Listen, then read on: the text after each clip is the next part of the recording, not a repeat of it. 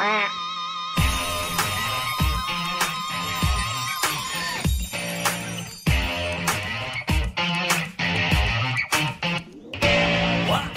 cât de rău pot fi? Fac totul după voia inimii. Oare cât de rău pot fi? Eu destinul mi-l urmez, să știi. Oare cât de rău pot fi?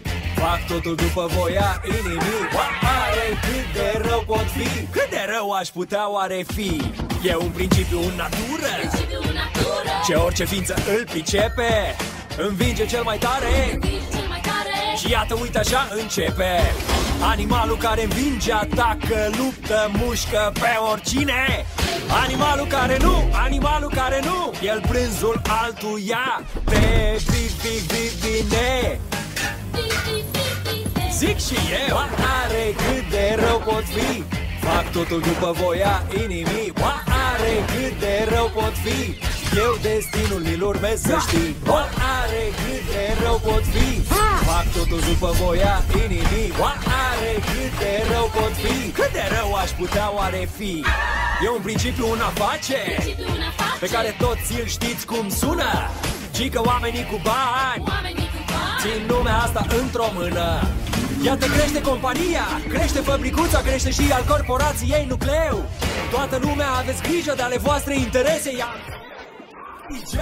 De-al meu. Toată lumea strigă, aer cum îl smog. Mizerie vă rog. Protestați cât veți vrea, niciodată nu veți câștiga. Haide, cât de rău ar putea oare fi? Oare cât de rău pot fi? Îmi fac și eu niște economii. Oare cât de rău pot fi? Uitați-vă cum mângâi ursuleții. Oare cât de rău pot fi? Oare cât de rău pot fi? Cât de rău aș putea oare fi? Ia zi! Toți cumpărătorii plătesc,